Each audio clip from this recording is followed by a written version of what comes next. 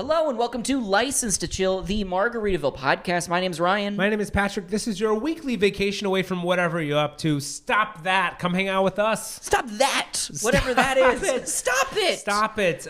We are so happy to be here with you today. This is our 2024 retrospective. Yes. We're looking back on the year. We had such a wonderful year, and this was such a cool bucket listy year for the podcast. It really was. We have gone to so many different resorts. We've been to Tahoe. I went to Mexico. You went to Belize. Yeah. We've been all over the place. I went on the Islander. Yes. Went to Cozumel with Margaritaville. Yeah.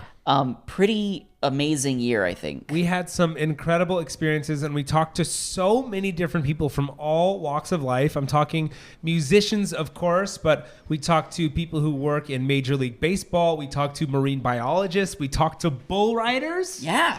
We talked to a lot of cool people. This is like one of my favorite things I get to do, Ryan, because we get to learn new experiences. And the things that I talk about and the things that we talk about on the show, I am thinking about constantly. They've changed the way I think about things. Yeah, me too. New mindsets I pick up from people. Yeah, absolutely. And we already have a number of episodes planned for early next year. Maybe just a little tease. We did an interview with Jake Shimabukuro this past really week, cool. which is amazing.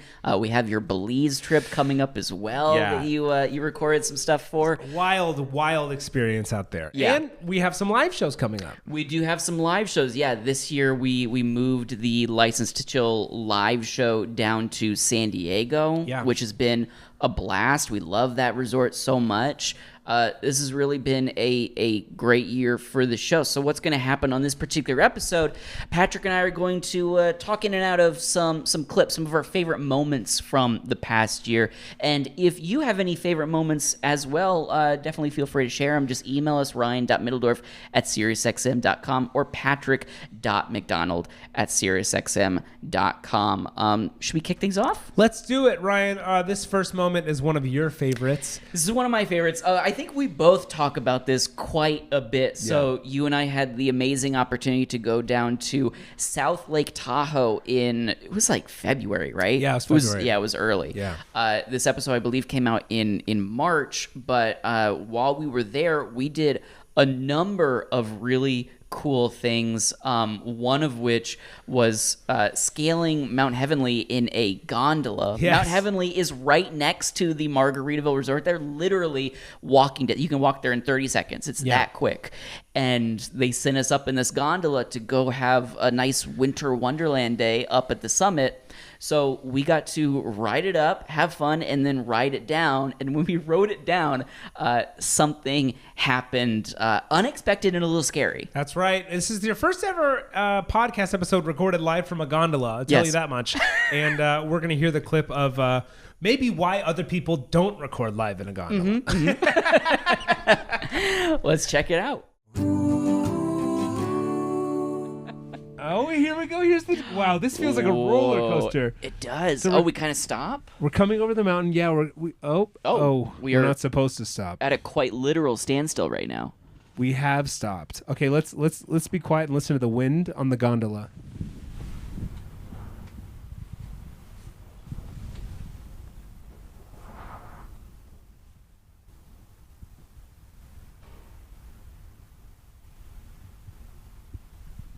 It's eerie up here. Yeah, I'm not happy that we did that.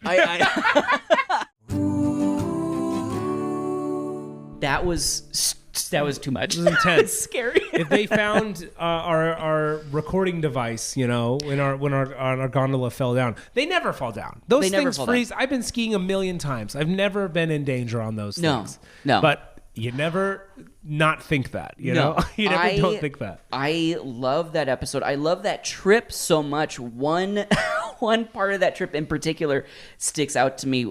There's shops in the area around the resort, and my wife came with us, Olivia, and she went out one day just kind of looking at shops, and she loves Elvis, and she came across this Elvis mug, just this little like campfire type mug, and she didn't get it. And she was really bummed when we got home that she didn't get it. Wow. And she was like, man, I should have gotten that mug. I love that mug.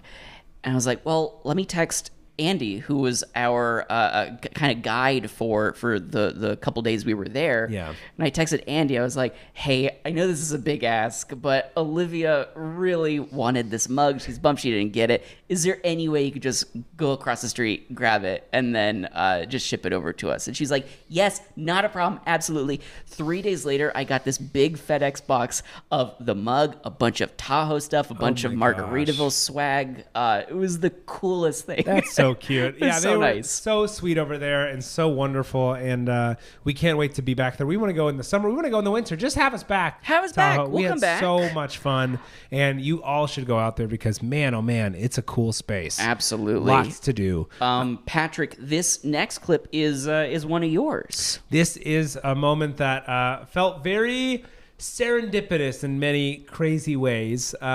Whether or not it's true, we don't know. But we got to speak to some Texas legends. I'm a Texas boy myself. I say that over and over on this podcast because that's what we're required to do as Texans. But I got to speak, we both got to speak to Henry, Jojo, and Ringo Garza. And those are Los Lonely Boys. And we had one of the most fun interviews I've ever had, just goofing off, hanging out. It was hard to rile. They were so riled up, it was hard to calm them down. Yeah, it was really their episode. We were just kind of sitting, hanging out. So nice of them to host our podcast. Yeah, it was. But we stumbled into a little serendipitous moment because my dad worked in an area that they frequented in San Angelo in Texas. And we might have stumbled onto like a little serendipitous fate. A little paths crossing before we even knew it. So I want to let them take it away right now. I have a question about creating. As I'm a Texan. I'm a Texan myself. I'm from outside of Dallas. And I told JoJo this last time, but my dad was a regional manager of Olive Gardens, and he met you guys in San Angelo like 15 years ago. And he was. It's one of his. Who's your dad, man? His name is Mark McDonald, and he met you guys. Took a picture. You guys. Yeah. I'm not kidding. I have his card. And I just saw it in my. I have a junk you drawer. Right? There's I'm not kidding. I'm gonna take a picture of it when I get home, and I'm gonna send it to somebody. I'm not one bit, bro. That's your dad. You have Mark McDonald from Olive Garden's card in your wallet. No. It's not in my wallet. I used to have like you a just bunch had of cards. Yeah. Okay. And I would put them in this junk drawer that I have. It has like a bunch of memorabilia. Yeah. Not junk, it's the memorabilia. Are you saying that his dad's in your junk drawer? My dad is in your junk drawer? I think you're listening to yourself, Ringo. No, it's very nice. It's a really nice. It is a memorabilia drawer. That's right. It is, and that's limited edition because he retired. So you can't. That's a card. That'll go for That's market worth pretty somebody. high. Man. And I was Speaking of looking through those cards, and I was like, and I saw your dad's name, and I can't believe you just said that's your dad, man. So that's crazy, man. Please send that picture because Mark is going to lose his freaking mind. That means a lot. That means a lot. Truly, that's what so will cool. you pay for it, buddy? Oh God, I knew it. I'll get it through Antiques Roadshow. Take it there, get it appraised. Yeah, there you go. I never got a chance to meet Mr. McDonald, but I've gone to eat at the fast food. Wait a minute, are we talking about Michael McDonald? No, we're not. No. Mark McDonald. That's my That's uncle. a different. That's my uncle, but not the one you're thinking of.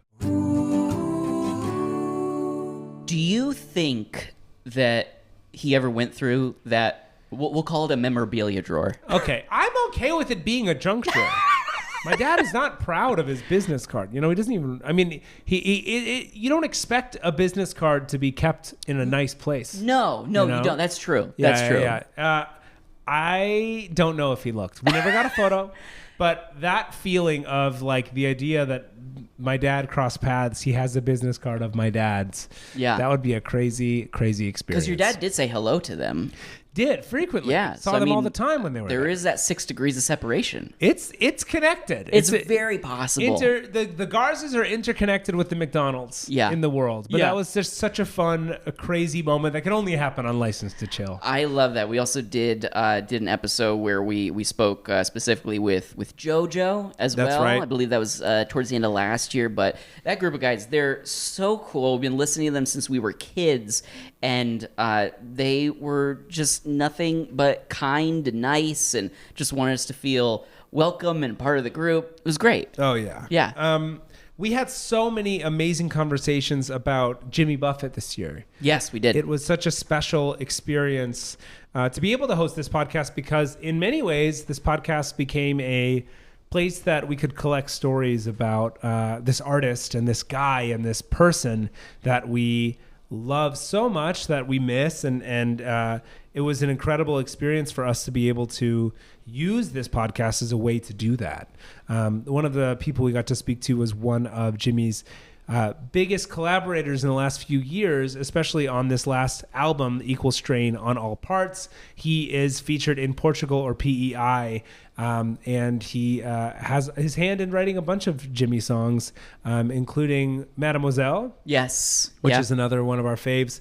He's such a sweet guy. He was talking to us from Prince Edward Island, and he had such an interesting, fun story about how he first got connected with Jimmy Buffett. A little bit of phone tag and a little bit of miscommunication.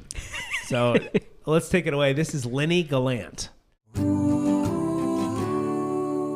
And I don't know if you heard the story, but about a year and a half ago, I get this phone call. I'm in Western Prince Edward Island, and the sound on the phone service there wasn't that great, and it was a strange area code came up. Normally, I wouldn't bother answering it, but it was so odd. I decided, so I took the phone call, and I thought this guy on the other end. There was also somebody cutting grass outside, so it was hard to hear. And I thought he said, "Hey, Lenny, this is Jimmy Doucette." I thought he said, and I was thinking we should write a song together. And I'm thinking, Jimmy Doucette, who the hell is Jimmy Doucette, and why would I want to write a song with him? And how did he get my number? And so my brain is racing, and he's just going on about we should write this song, and he's got this idea to write a song, Portugal or PEI, and I'm thinking, Portugal or PEI? That's a very odd title for a song, you know. Why would I want to write a song with a guy with Portugal or PEI with a guy from whose name is Jimmy Doucette, who I never met before, and I'm kind of putting him off, and I'm saying, well, you know, I'm kind of busy right now. Maybe you could send me something, and if it hits me, I'll see what I can do. But I'm off on tour, and he's just kind of ignoring me and he's going on about writing this song, and I'm saying, well, I'm off on a tour to Alberta. Yeah, I'm looking at your site. I see you're going to Alberta. But anyways, and I'm thinking, this guy's not taking no for an answer, and I'm trying to be polite, but his accent is familiar, and then he says something about his beach, you know, his plane, and I go, oh my God, I'm talking to Jimmy Buffett. and at that point, you know, I'd be like, well, yeah, but then anyway, I'll talk to you later, and he hangs up right at the moment that I realize who it is I'm talking to, and I think, oh my God, I think I just blew that. I had a chance to write with Jimmy Buffett, and I don't think it's going to happen now. And I never heard back for about 2 months later. And 2 months later, he's texting Paul Brady, a fabulous songwriter in Ireland, and he's saying to Paul, "Hey Paul, Lenny Gallant and I are writing a song called Portugal or PEI. Do you want to get in on it?" And I thought, oh, fabulous! it's still happening. Okay, good.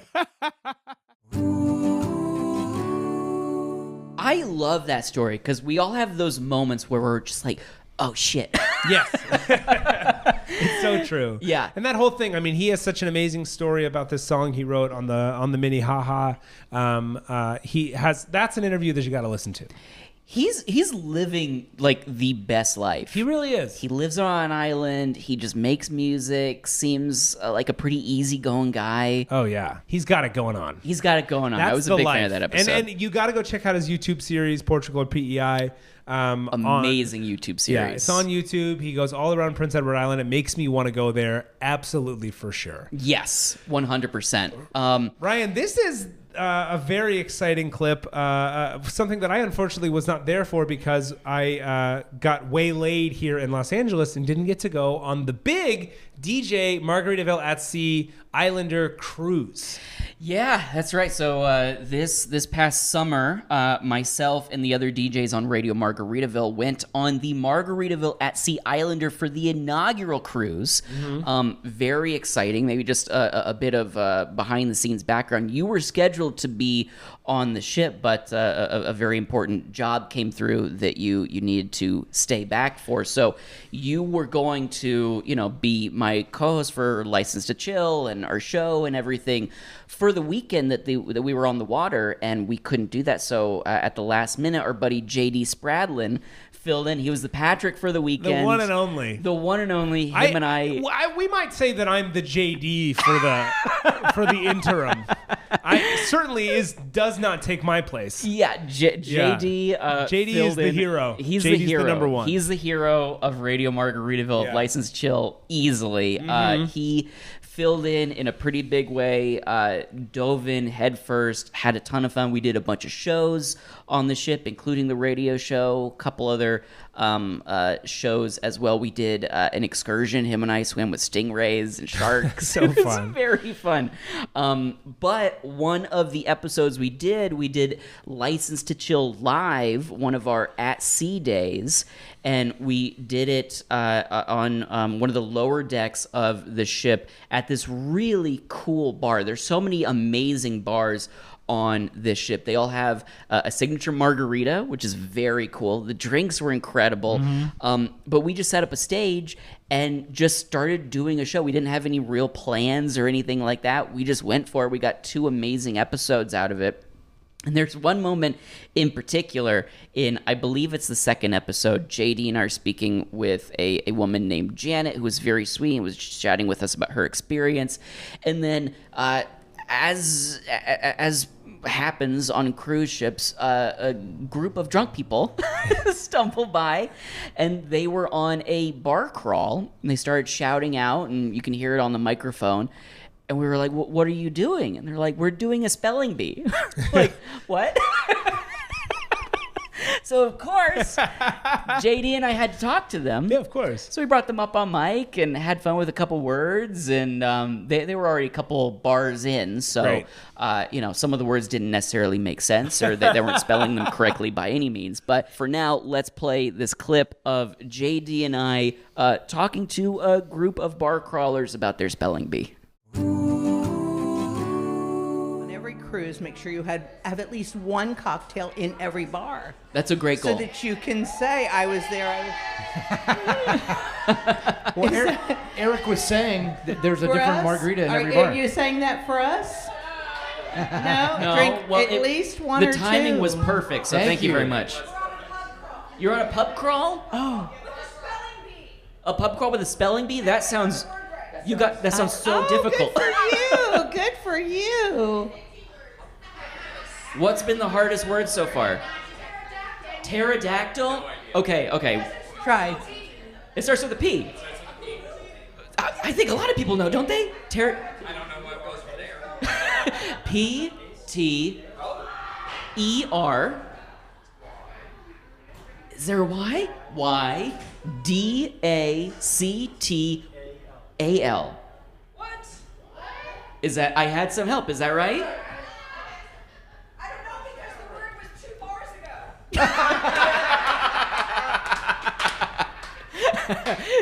Nobody's cheating on this pub crawl. I love that. The word was, what's the word of this bar? The word is, I just got decentralization. Decentralization? What did These ladies are a whole lot smarter than I am. That sounds like work drinking. Yeah. Who picked decentralization as the... That begins with a D, followed by an E. Uh-oh. Oh, here we go. Disingenuousness. Here, come up to the mic. Say that again. Here we go. Janet, you're going to help us with this. Okay. What's your name? Where are you from? I'm Edna. I'm from Delaware. Uh-huh. I have a YouTube channel, Edna's World. Check us out. Yes. Okay. Okay. Your word is disingenuousness. Okay, so the three of us, disingenuous. Can we write it down? No. Oh, you can't write it down. No, I'll nobody start. got to D-I-S. write it down. Okay, D-I-S. Yes, ma'am. Dis-in-I-N-E-N? Dis-in-E-N-G? Oh, no, it's not E-N. Y'all. Oh, Janet. I messed up. So now you have to take a drink because y'all didn't spell it Okay. right. Let me tell you how that works. You'll get one more chance and to redeem yourself. Okay. But Okay? if you get it wrong, you have to take- drink. Yes. It should be the Would other you way like a around. shot? I I would miss it on purpose. I get every word wrong. Just so I can have a drink. That probably was a good idea. See, I don't. So do we get another word You have a now? whole get another bag word. full of words. I do from Holy. the internet. From the internet. Adult Words from the spelling internet. bee words. Adult spelling bee. Okay. Mercantilism. What is that? Use it in a sentence. Spell mercantilism. That's a good sentence. You can't even say it. I can't even say it. Much less spell it. So that's it. Crazy. It's crazy. And that is a cruise in a nutshell. Yes. Captured. Yeah. The word at the end, I believe, was mercantilism. Mercantilism? Mercantilism? Yeah. Something like that? Yeah. I can't even say it now, and I am stone cold sober. That is so fun. It's very fun. Look, I'll go on the Margaritaville. That's the only if they're continuing to do spelling bees. We got to make sure they have more. Yeah, well, I think this group of people just made it their own thing. Okay, well, we got to get them back on. Yeah, we do. Okay, if you're part of the spelling bee and you're listening, let us know when you're going back. We'll be there. That's so much fun. It's very fun. Very fun. Ryan, one of my other favorite interviews we got to have this year was we spoke with some incredible legends because of some of the album re-releases this year. Fruitcakes, the new vinyl came out, and I believe Barometer Soup came out. There's a bunch of amazing ones that came out. And we had this amazing experience where we got to speak to Russ Kunkel, who's one of the most recorded musicians in history. Crazy. One of the most recorded drummers of all time. He's on so many tracks. I listen to Lovely Day all the time now, and now I sit and be like, oh, that's Russ. Yeah. That's Russ playing Lovely Day. We talked to one of the most incredible drummers that ever existed. He produced about 7 or 6 of Jimmy Buffett's albums, including Barometer Soup. And there's a very specific thing that Jimmy did when they were making Barometer Soup, kind of gave them a writing assignment. And it's just so Jimmy Buffett, and it's such a celebration of who Jimmy was to hear about this. So I just had to hear that in today's episode. This is Russ Kunkel. Barometer Soup was the next record, and Jimmy had to, he was under a deadline to finish his book. So he called me to see if I would come to Key West with Roger and Pete and Jay. And he had a concept for Barometer Soup. He wanted us to read Mark Twain short stories and some other books, anything we wanted really, and try to extract some song ideas from these stories. Without plagiarizing, but, just get inspiration for songs. And that's how the songs for Barometer Soup came about. We would start them and he would finish them. It was a wonderful process. Have you ever worked with a musician before that gave you reading assignments for a record production job? Never. Although I recommend this process to all kinds of people. If you want to do an album that has some girth to it, other than just a collection of songs. An album, the songs on an album are like pearls, but you need a string. You need a string to connect the pearls. Yeah. And Barometer Soup has a lot of string. Amazing clip, amazing story. That entire episode with Russ was great. And it's such a Jimmy thing to learn too. We've been in this world talking about this guy for over 10 years at this point, and we're constantly learning new things. The fact that during an album recording process, he gives people reading assignments is so funny. So cool. It's so amazing. It's very cool. And it's so Jimmy, and that's how you can tell he's writing something and making something that's so completely different. Ryan, we have one clip left. It's your clip. It's one of my favorite memories as well. And it was one of the first interviews we recorded after Jimmy's passing. Yeah, we recorded this maybe a couple weeks after or sooner. I can't remember. But we had the amazing opportunity. We've spoken with most of the Coral Reefers on this podcast. There are a few that we haven't yet, but we're coming for you, Doyle. We're coming, Doyle. Doyle Grisham. He keeps evading our emails, but Doyle we'll Grisham, get there. You can't hide for long. Yeah, you're on blast. We'll get you. We spoke with Jim Mayer, longtime bassist for the Coral Reefers. The sweetest, nicest, most genuinely happy man I have ever met. True sweetheart. And this is shortly after Jimmy passed, and we were kind of just collecting stories for the podcast, and we asked him if he had any. And he remembered one very specific moment at Merriweather Post Pavilion where Jimmy wanted to play a cover of a song. And the show was just in a couple hours, and he was working on figuring this out on guitar. So we're going to play a little clip of that story. Are there any memorable tours that you remember being a part of? This, I'm sure they're all memorable in their own way, but is there any that stick out in your mind? Yeah, the Junkanoo tour with the with fruitcakes, man, that was incredible because the costumes that we wore and his costumes, and I just love how Jimmy brought the whole Junkanoo, which is a Bahama festival. And there's Junkanoo dancers. There's a whole feeling of carnival, right? And dressing up. So that was really fun for me. And I think, part of where my mind goes is to just different events or venues, like playing Wrigley Field. That's an unbelievable feeling. Or Fenway Park, and all of the venues are really cool in their own way, but there's some that just they hit you and you just look out there and you're like, I can't believe that I'm doing this, One story I love to tell that's a backstage story about Jimmy, and it just speaks so much to kind of his courage as a human being, this is years ago. So this is before cell phones and before the internet. So it must have been like the early 90s. And we're playing a venue called Merriweather Post in the Washington, D.C. area. And Paul McCartney's playing across town. And Paul's doing some big stadium gig. And so Jimmy wants to do Rocky Raccoon in honor of Paul McCartney. And so he calls us back to the dressing room, because you can't just go on the internet or go on your phone and say, let's get the lyrics for Rocky Raccoon. Right. And, you can't just run out to it, anyway. So he's like, let's all get together and let's put together this song so we can remember it.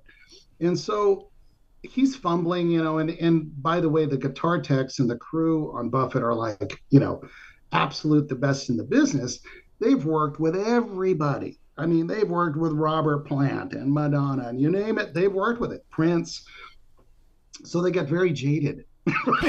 So this guitar tech walks in and gives Jimmy the guitar, and he's hanging out with us.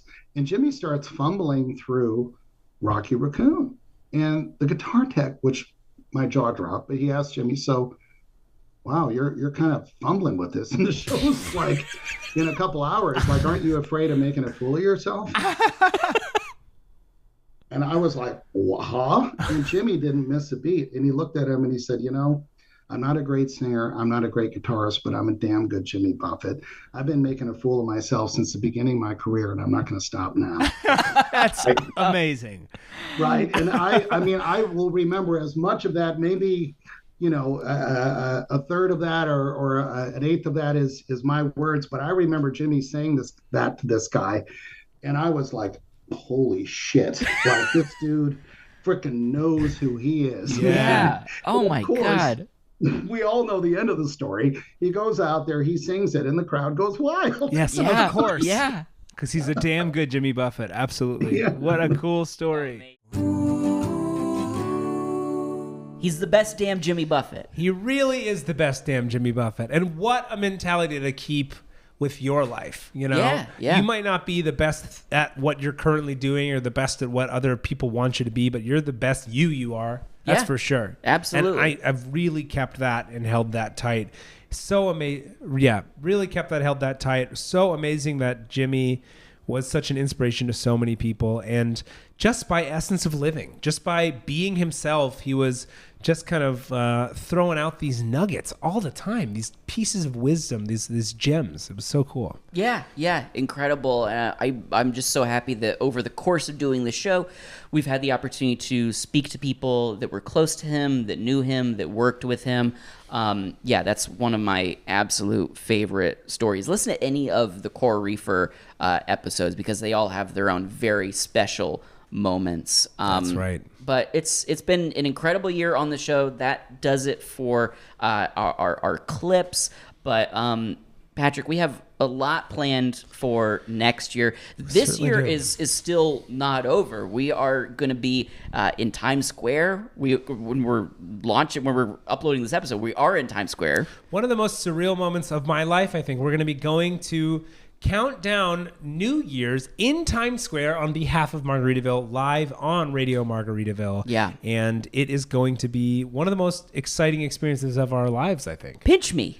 I mean, it's crazy. Yeah. It might also be overwhelming. Yes. It might be one of the weirdest experiences we've ever had. It's definitely going to be surreal. Oh, easily. I'm very much looking forward to it. We have, like we said, more live shows coming up. We're going to be doing that quarterly at the San Diego Margaritaville. So come on down, check us out for that. And we have plenty more in store for you next year. We got a big year. You know, the adventure is not stopping. No. We got a lot more to explore. We're excited to meet more people, talk to more people from all walks of life, different types of jobs, and have experiences. If you want us to come out and experience something, if you want us to come to a potluck, you let us know.